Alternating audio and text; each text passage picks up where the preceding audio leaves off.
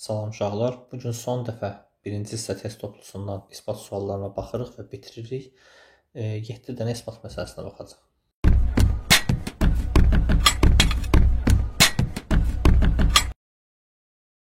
Sualda deyir ki, isbat edin ki, trapesiyanın bir yan tərəfinin bitişik bucaqlarının tənbələnləri trapesiyanın orta xətti üzərindəki bir nöqtədə düz bucaq altında kəsişirlər.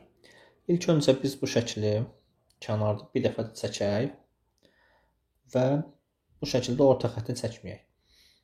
C və D təpəsindən çıxan tənbələnləri isə çəkək. Demək, bir C təpəsindən tənbələn çıxır, alfa.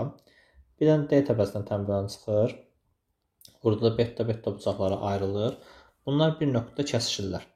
İndi biz bilirik ki, trapesiyanın yuxarı və aşağı oturacaqları bir-birinə paraleldir. O zaman yan tərəfə bitişən bucaqlar daxili bir tərəfli bucaqlar olurlar. Yəni 2 alfa ilə 2 betanın cəmi 180 dərəcədir. Buradan da alfa üstəgəl beta bərabər 90 dərəcə olur. Bu üç bucaqda alfa üstəgəl beta bərabər 90 dərəcədirsə, o zaman bu təpə bucağı da 90 dərəcə olmuş olacaq. Məsələnin bir hissəsini isbat etmiş olduq. Yəni düz bucaq altında kəsişirlər. Bunu bildik. İndi orta xətt üzərindədirmi? Bunu araşdıraq. İndi biz bu kəsişmədən yuxarı və aşağı oturacağa paralel bir xətt çəkək. Yuxarı və aşağı oturacağa paralel bir xətt çəkmiş oluruq. Paralel xətt çəkəndən sonra beta bucağı, o zaman burada bir beta olsun. Çarpaz bucaq qeyd edək. Alfa bucağı, burada bir alfa bucağı olsun. Bir dənə də belə bir çarpaz bucaq qeyd edək. İndi burada alınmış 3 bucaqlarda bu 3 bucaqda 2 dənə alfa bucağını gördüksə, deməli bu bir bərabər yanlı 3 bucaqdır. Digər 3 bucaqda da 2 dənə beta bucağını gördüksə, demək digər 3 bucaq da bərabər yanlı 3 bucaqdır. Və diqqətlə ümumi 3 bucağa baxsaq, 3 bucaqda təpədən bir xətt çəkilib və o xətt verilən 3 bucağın medianıdır. Yəni bu şəkildə təsvir olunan şey bir düz bucaqlı 3 bucaq və o düz bucaqlı 3 bucağın medianıdır.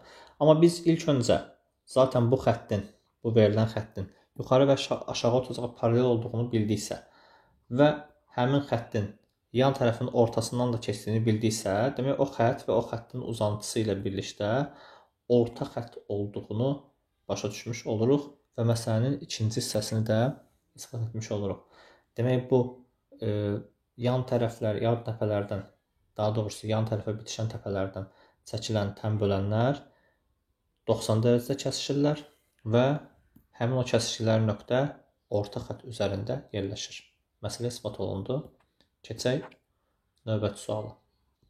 Növbəti məsələdə deyir ki, əgər bir trapesiyanın xaricinə və daxilinə çevrə çəkmək mümkündürsə, bu trapesiyanın yan tərəfləri onun orta xəttinə bərabərdir. Bunu isbat edək. Birincisi, iki məsələyə baxırıq.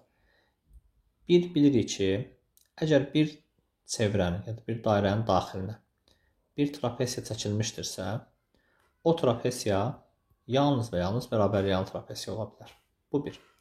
Deməli, verilən trapesiyanın, bu trapesiyanın yan tərəfləri bir-birinə bərabərdir. Hər ikisi x-dir. Bu trapesiyanın oturacaqlarına da A və B deyək.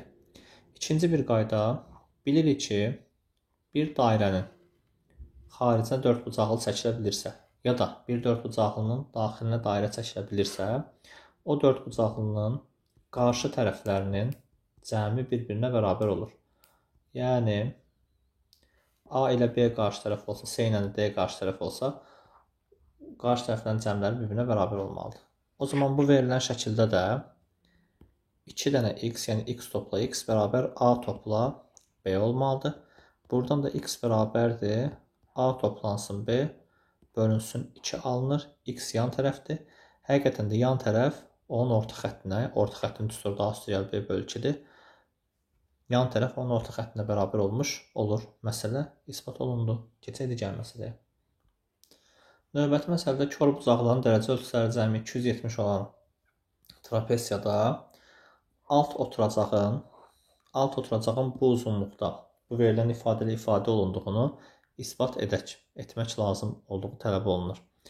Deməli, yan tərəflər A və B olub, yuxarı oturacağa da C deyiblər.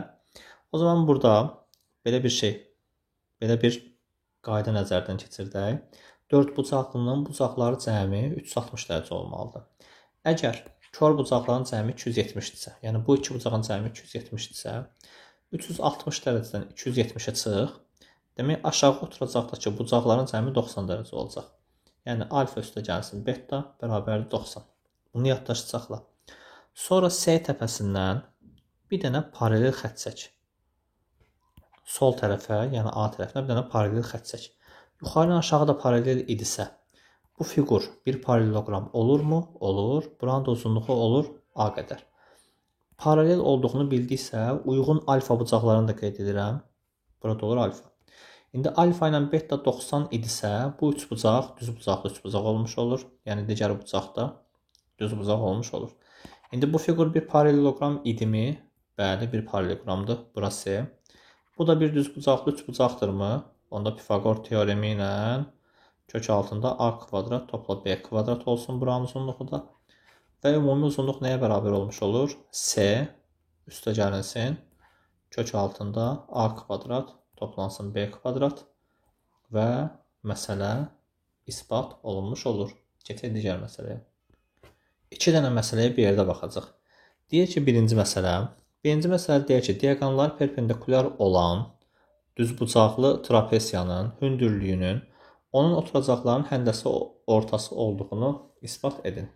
Bir dənə düzbucaqlı trapesiya çəkirik və bu düzbucaqlı trapesiyanın diaqonalları da deyirik ki, bir-birinə perpendikulyardır.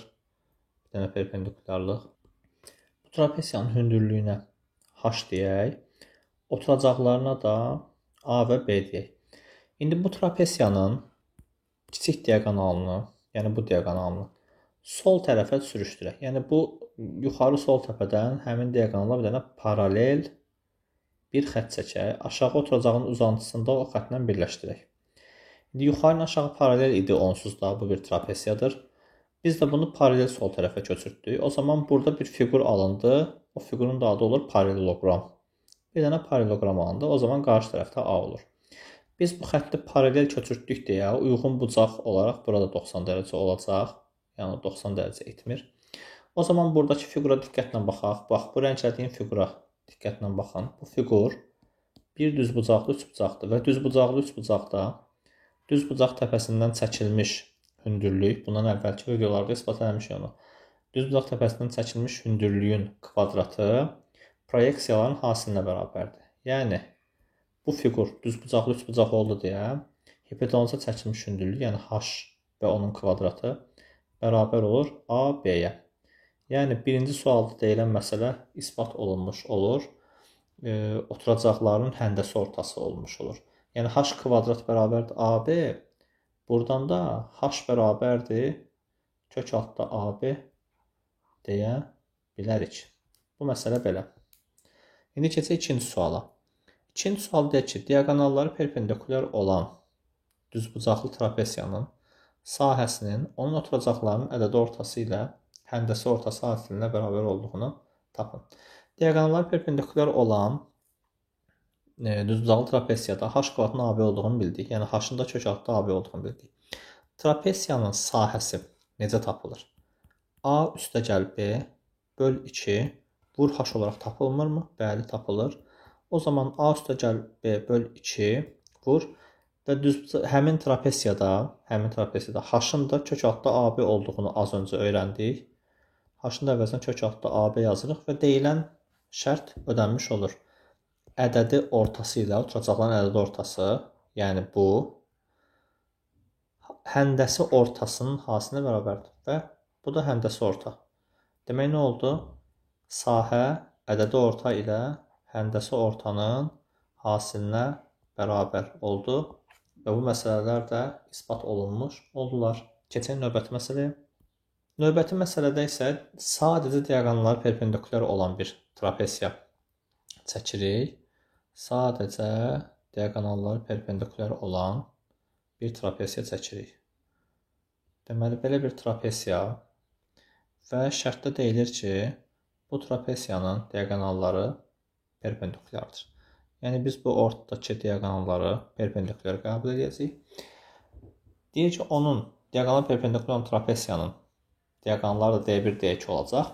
Orta xəttinin diaqonal kvadratları cəminin kökünün yarısı olduğunu isbat edin.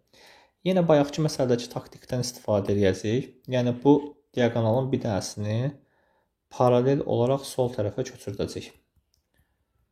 Demək, bu diaqonalı paralel olaraq sol tərəfə köçürdük. Paralel demək oturacaqlar da A və B olsun hələlik.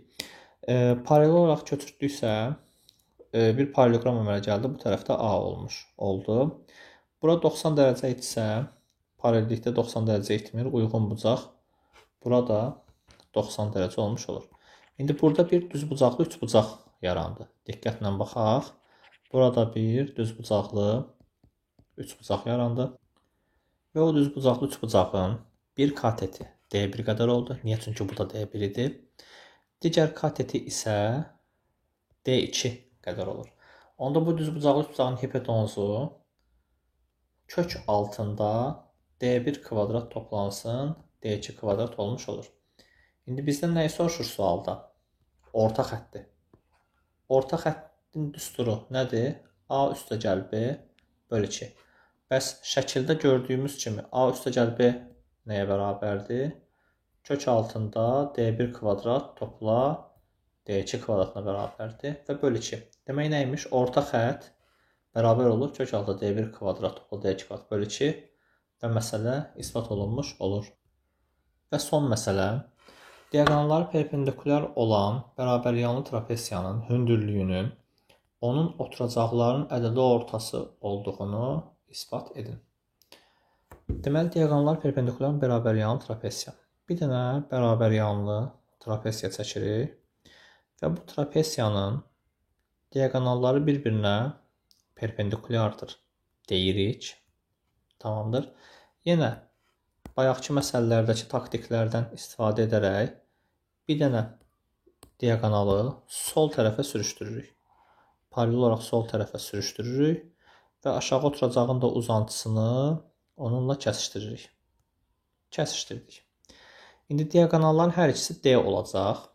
O zaman bir diaqonalı sola sürüşdürdüksə o diaqonala da D deyəcək. Diaqonallar perpendikulyardırsa perpendikulyarlıq yenə itməyəcək və yenə burada bir düzbucaqlı üçbucaq əmələ gələcəkmi? Bəli. İndi yuxarı oturacaq A, aşağı oturacaq B idisə, burada da bir paraleloqram əmələ gəldisə, o zaman aşağıda oturacaqdakı sol hissəyə də bir dənə A deyəcəm. Yəni bu paraleloqramın qarşı tərəflərinin bərabər olmasından istifadə etdik deməkdir. Hündürlüyünün onun oturacaqlarının ədəd ortası olduğunu isbat edək. Deməli, burada bir bərabəryanlı düzbucaqlı üçbucaq əmələ gəldi və bir dənə hündürlük çəkirik aşağıya doğru. Bir dənə hündürlük çəkirik. Belə qalın xəttlə çəkək. O hündürlüyə də deyək H. İndi bərabər yanlı üçbucaqda təpədən çəkilən hündürlük həm də nə olurdu? Həm də median olmuş olurdu. Demək, bu hündürlük həm də bizim üçün median rolunu oynayır. Və biz də bilirik ki, düzbucaqlı üçbucaqda düzbucaq təpəsindən çəkilən median hipotenuzun yarısına bərabərdir. Hipotenuz nəyə bərabərdir? A üstəgəl B. Median da hipotenuzun yarısına bərabər olacağından A üstəgəl B bölü 2-yə bərabər olacaq. Yəni ki, bərabəryanlı trapesiyada diaqonallar perpendikulyar olanda hündürlük, yəni H, nəyə bərabər olmuş olur?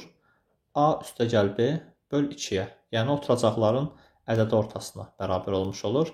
Ya da hündürlük orta xəttə bərabərdir də deyə bilirik. Məsələ isbat olundu. Bununla da birinci hissə test toplusundakı isbat suallarını bitirmiş olduq. Növbəti videolarda daha maraqlı isbat sualları çözəcəyik.